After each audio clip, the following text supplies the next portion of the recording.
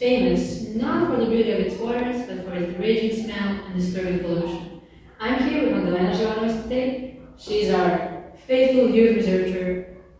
So, hello, welcome, and please tell us more about this topic. Hello, thank you for having me. So the river you were describing is the so-called Dobrudeka River. It's about 31 kilometers long and it has a river basin of approximately 133 kilometers squared. It's part of the Sava River Basin and it flows all the way to the Black Sea. Its flow starts in the outskirts of Belgrade at a height of approximately 197 meters above sea level, and near Čukarica that height is 83 meters. Okay, so all this is quite typical for a river. Why is it that it's so infamous? So yes, it all dates back to the industrial boom in socialist Yugoslavia when it came to disrepute due to pollution. Factories were ordered all across its flow near Rakovica, and ecology wasn't a topic back then, and whoever had a problem and saw changes in the water could not raise an alarm. Also, this river had problems during the beginning of the 21st century when there was mass construction of improvised fecal collectors. On top of all of this, we have a constant problem of floodings across its flow. This river seems to carry quite a handful of issues, but it turns out that there's more. Yes, sadly this is not the end of the list. There's another problem in the area of Čukarica where the Dobrudeka River flows into the Sava. Pesticides, heavy metals, unpleasant smell, feces and all of the toxins are causing fish fatigue, again unpleasant smell and deposition of the deposits in the backwater, making it completely and utterly impossible to navigate through. So this must be taking a significant role in life of people who live in the area. They must be dealing with a lot of problems. So we will just go back to one of your interviews that was done by our reporter, Mia Bullet. So just moving on to that. Have a look. We are at Tsigalia, near the Sava, a place where the effects of Dobrudeka River did not go past unnoticed. The polluted river left people unable to fulfill their daily tasks such as exercise and travel. At times it made this area simply unbearable to live in. I'm here with youth researcher Magdalena Jovanovich to talk about the possible solutions. Hello and thank you for joining us. So Magdalena, tell us, has there been any work done for this matter? Yes, talking about solely the Dobrudeka River, there has been works done in the past about reviving the river.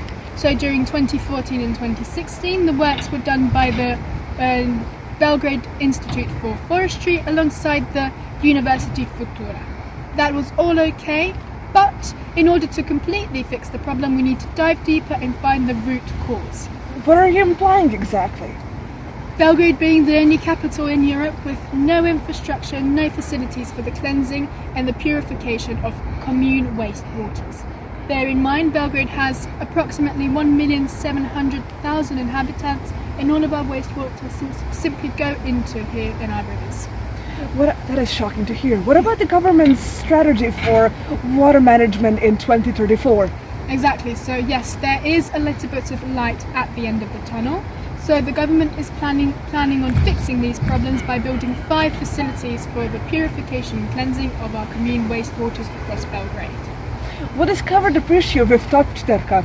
Will this cover the issue of Dobrudeka? Hopefully yes. So the biggest facility out of the 5 is supposed to be built near Veliko Selo, and it's supposed to catch these waters here as well. Could you give us a bit more detail about this project? Sadly not too much. Most of the information has been well guarded from the public. This is the sole information we could dig up and find. So the project is a 5-year project. Veliko Selo, yes. So the first 2 phases of the project are funded by the Chinese company CNEC. The goal of this project is that 80% of the water here in Belgrade is purified and cleansed in Veliko Selo. The first 2 phases cost approximately 270 million euros. And for the other phases that are coming in the future, we do not know who are the funders, and the negotiation between our country and their Chinese company lasted approximately 4 years, from 2016 to 2020. Why did the negotiations last so long? Again, I cannot answer this question very well. The information was not as reliable and not as open as we wanted it to be. So we are disabled to answer these questions, but this does open a lot of space for quite a few questions. So when we were researching the analysis Clear Picture of Waters in Belgrade, written by Ksenia Radovanovic, who is a researcher, urbanist and an architect, we found out that this project carries more uncertainties than we first anticipated and believed.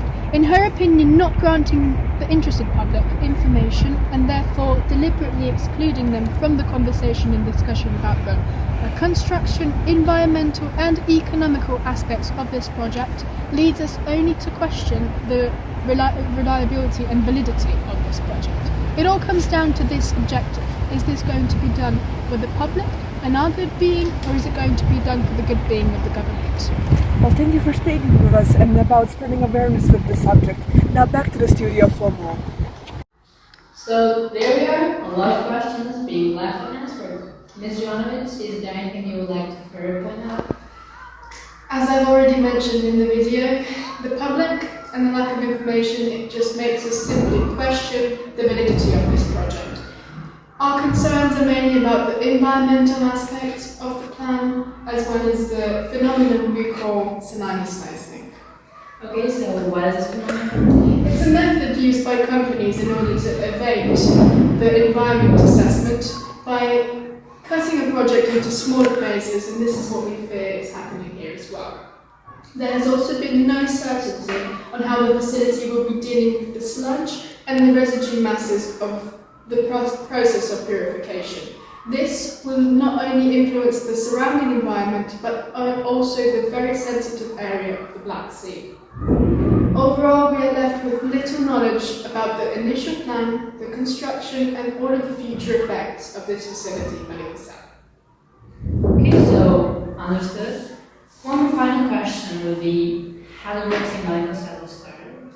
Since our only form of informing is via the media, the most recent news article we found dates from the 19th of September 2021, and it stated that the works had not yet started. Recently, we were able to gain some information from the people living in Bălăcăsău, and they have stated that the first phase is apparently started. The building of this facility is very important for all of the people from Belgrade, but further as well. And that's why we believe that transparency must be made between us, the public, and the people building this facility. Our ending note is that every person has the right to a better quality life, and that's why we mustn't take these things lightly. Thank you, Ms. Jovanovic. I agree that this is certainly something that mustn't be pushed under the carpet.